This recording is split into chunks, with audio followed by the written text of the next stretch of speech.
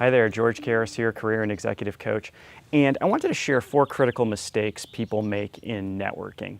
Now, this is based on a presentation I made for the University of Chicago Alumni Club last week, but I thought it'd be useful for a broader audience, so I wanted to re-record what I said so that you can enjoy it and hopefully learn something from it. So, the 4 mistakes, what are they? Well, the first mistake is not making networking a core part of your career strategy. And what do I mean by that? Well, your core career strategy is really the direction you're looking to take your career. So if you don't have a clear sense of your career strategy, you're not alone. Many of my clients don't have a clear sense of that, and we work together to define that. But for the purpose of this talk, I'm going to assume you have a clear sense of where you're trying to go. So the first mistake is not really making networking core to what you do in your career and helping you achieve your goals. So let me give you a couple stories that sort of illustrate the difference between not having a clear career strategy with networking in it and having one that does. So the first is a story. I'm going to change some of the details a little bit about it, but it's about a friend named John. And John worked at a Fortune 500 company, rose through the ranks, started out in finance, was an analyst there, rose up through the ranks, then worked in corporate strategy, and then went to work in marketing.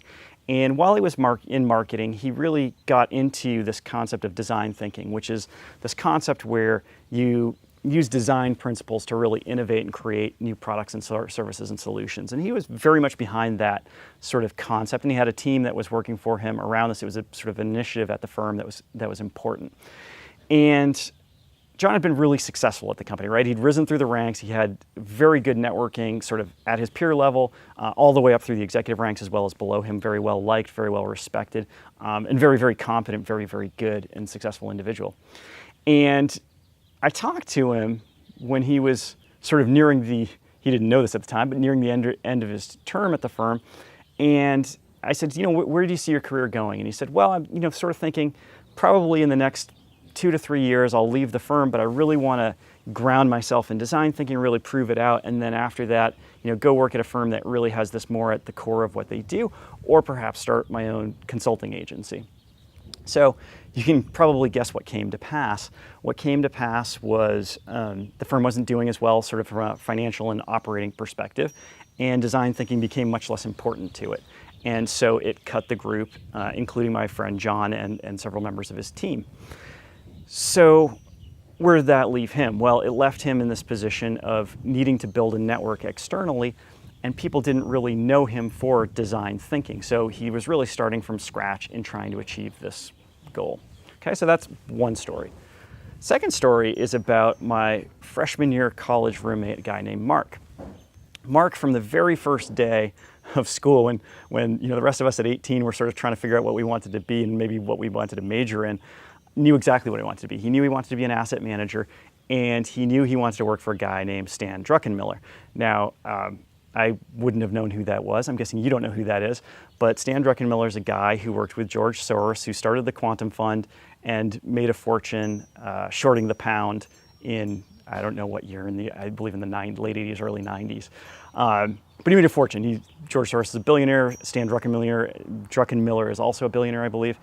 And Mark wanted to work with him. So he took a job on campus, but he didn't just go and take sort of any old job, right? He didn't work at the dining hall to be around his friends. He didn't work at the computer lab because he would have been able to study at that point. He went and got a job working in the treasurer's office because he knew that the sort of most successful alumni would be in close contact with the treasurer, right? And so he met the treasurer, he got to know them, he got to know the sort of successful, influential alumni, and of course Stan Druckenmiller, who was on the board of trustees. Now, I don't believe Mark's first role was working for Stan directly, but he certainly, when he graduated from college, he wasn't like the rest of us that were sort of looking at the job banks and sort of recruiting and sort of figuring out what we were going to do next, right? He was already well connected. And so he was able to advance his career in that direction. He later did work for Stan Druckenmiller. He may still work for him. I'm actually not sure. I've lost touch. But has been enormously successful, and it's because he knew his career goals and he identified the people that would help him progress in making those goals from the very beginning. And so what does that mean for you? Well, it's a couple things, right? So one, have a clear sense of your career strategy and where you're looking to go. But once you've got that, really create a list of who are the people that you could meet or be in contact with that would most enable you to achieve those goals. So take a second and actually think about it. Like if there was one person that you could meet who would allow you to achieve your career goals, who would that person be? And then if it's not that person, let's say that person's the president of the United States or whoever it is, who would be the number 2 person? Who would be the number 3 person? Get a list of those people, and then use LinkedIn, which is a tremendously powerful tool, to figure out how you might start going about the process of connecting to those people so you can achieve those goals. So that's the first key mistake people make around networking, is not using networking as a means to achieving their career strategy. The second mistake people tend to make is around not managing their digital profile and not really having a clear sense of brand. And what I mean by that is that online there is a very real sense of who you are and what you represent. And whether that's from LinkedIn or Facebook, it's out there, and it's your role really to start to cultivate that. So what do I mean by that? Let me give you an example. So this is an example of a classmate of mine from Harvard Business School, who I didn't know particularly well, but I'm going to call him Tom. But in some way or another, we are Facebook friends. And a couple of years ago, he started posting these articles, and there were articles about leadership, and there were articles about happiness, and there were articles about sort of career success, and all these sort of interesting topics to me. And I always used to look forward to Tom's postings because there was always something good. They were always high quality articles. They weren't like these random little, snippet opinion pieces, right? They were well researched. They were good. It was good content. And so this went on for a long time, and I didn't really think much about it. And then one day I was thinking to myself, who do I know who's really got expertise around, life satisfaction, happiness, and all that? And the name that immediately came to mind was Tom. And frankly, it just pissed me off. And it pissed me off because when I was in business school, I did this independent study on life satisfaction, careers, and happiness. And as far as I know, I'm the only one probably in the history of the business school to care about those things and to actually do research on it. But certainly in the class of 2005, I was the guy. I was the expert around it. And yet, as I sat here reading these posts, I thought to myself, everybody out there on social media would think what I thought, which was Tom was the guy who's got the expertise around this, not George, right? Even though George has more expertise, most likely. I don't know what he's done in between, right? So maybe he's developed a huge amount of expertise, but the point is, he was cultivating a digital brand very, very consciously, and almost subconsciously, it shaped my perception of him and his capability set. And so if you think about it, the only people who think, perhaps I'm an expert are the people who are very close to me or myself, but lots of people think Tom's the expert. And so when you look at your digital profile, you want to think about what is it you want to be known for, and you want to really consciously work to promote that. So as an example, if you're really into project management, right, and you're sort of, I'm a great project manager, you want to be sharing articles about project management. You want to have a profile that talks about project management. You want to really put those things at the forefront so that you can start to be known for those things. So that's really the objective here. So in terms of steps you can take right now, first step would be adjust your LinkedIn profile to represent whatever it is you want to be known for. I talked about my friend John. He'd want to be known for design thinking, so that should be listed in his profile. He should talk a lot about that as an example, and he should share articles about those things. Now, there are a variety of ways to approach it, a variety of ways to do it, all of which I work with clients on, but I think at the core, what you want to remember is there's a certain message you want to share, and you want to share that message by sharing articles, perhaps by producing your own content and sharing that, and also commenting in relevant areas and groups. So that's a bit about LinkedIn, Facebook, and creating a digital profile and how you can really shape your brand there. So the third critical networking mistake people tend to make is around story. And when I talk about story, I mean the story that you would tend to share whether you were in an interview or networking or on your LinkedIn profile that really tells a bit about who you are and what you can offer the person that you are meeting with or hope to meet with. And story is really easy to get wrong. And I've even had clients who are marketing experts say, I'm really good at creating a story for someone else, but doing it for yourself it's really difficult. So let me give you an example of one of my clients and their sort of story before and after we worked together. So the story before we worked together sounded something like this. I studied accounting and finance in college. From there, I went and worked in investment banking in New York.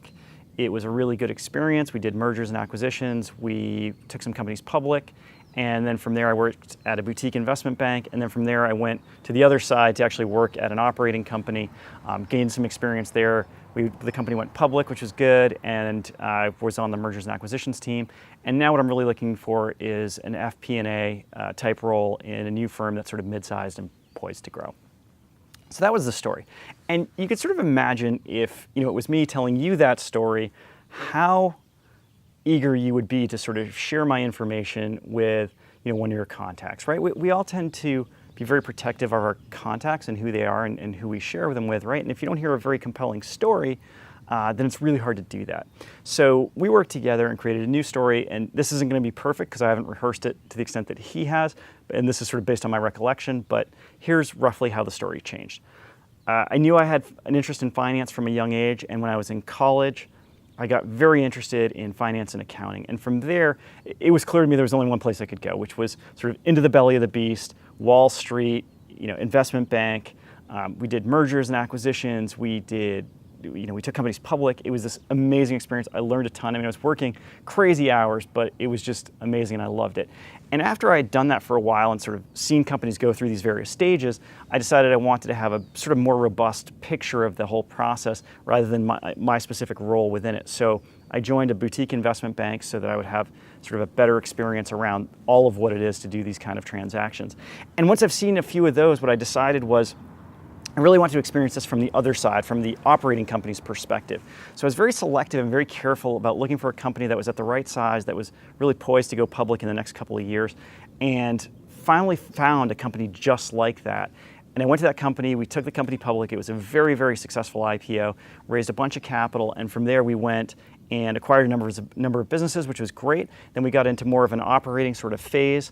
I did some FP&A work for them as well. And now I'm really looking for another company that's poised to grow, where I can use my sort of interest in finance and my experience to really help that company be successful, perhaps taking it public in the future as well. So hopefully what you can see is that's a much more engaging conversation, right? A much more engaging story than the first. And there's a couple reasons why, right? One is it's a little bit more emotional. You talk about some of the emotions that happened in the story, right? Being excited, the belly of the beast, if you will, on Wall Street, right? Some of those concepts, but also it gives you the why these decisions were made, why you did these things in your career, and then ultimately how you can benefit the person on the other side, right? So if I just heard that second story, it's like, wow, this guy's a rock star, right? He's very selective about what engagements he takes. He's taking companies public. He's done M&A deals. He's seen things from both sides. Like what a stud, right? And that's kind of the idea here behind telling your story and telling your story really effectively is you want something that really resonates and connects with people.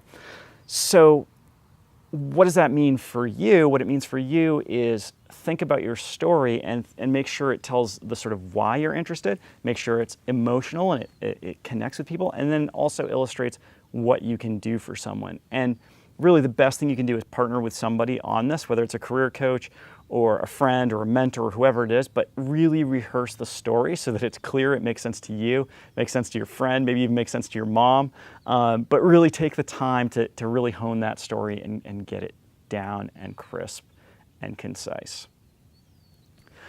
Okay, so the fourth mistake people tend to make is around being takers rather than givers.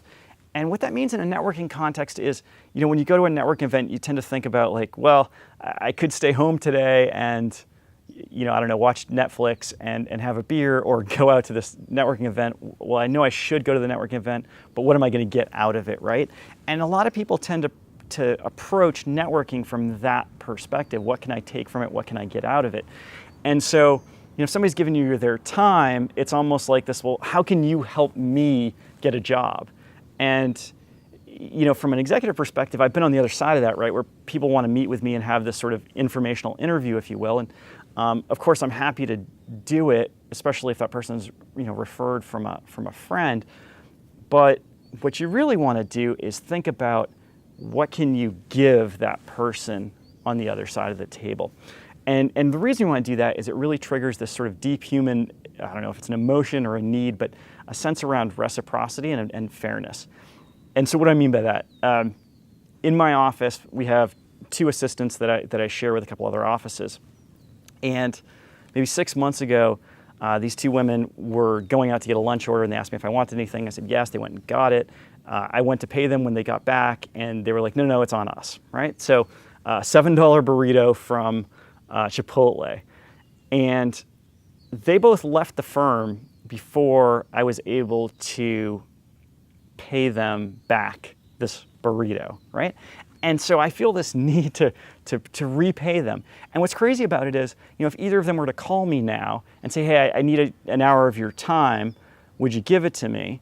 I would give it to them in a second. And the crazy thing is that, a $7 burrito is nothing compared to my coaching rates.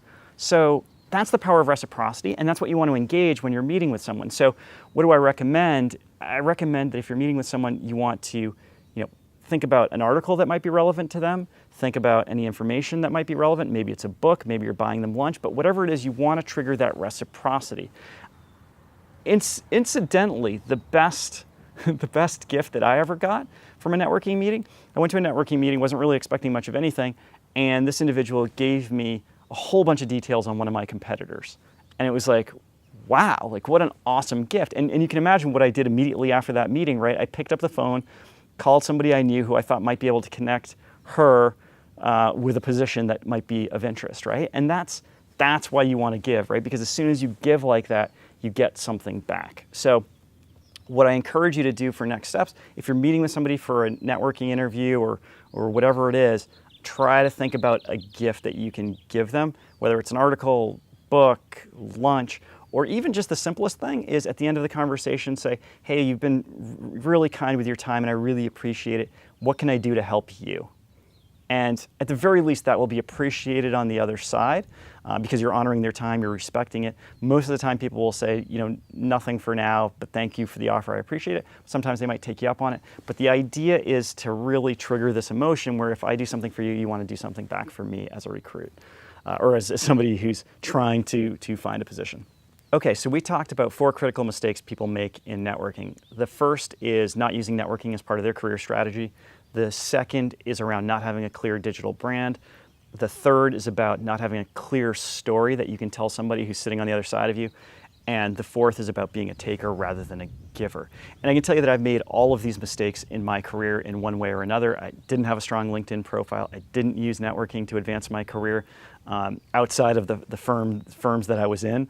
I probably guilty of the other 2 as well. So I've made these mistakes, and I really encourage you to try not to make these mistakes and really do use networking, use it as a tool, and be much more successful as a result of it. So if I can help you in the process of networking to advance your career or coming up with a clear career strategy, please let me know. I'd be happy to consult with you. I usually do a free intro session so that we can get a sense of what you're trying to achieve and how I can help you. And if you'd like to do that, please feel free to visit my website, stepoutoftherace.com, and schedule that. And I hope you enjoyed this video, and thanks for your time.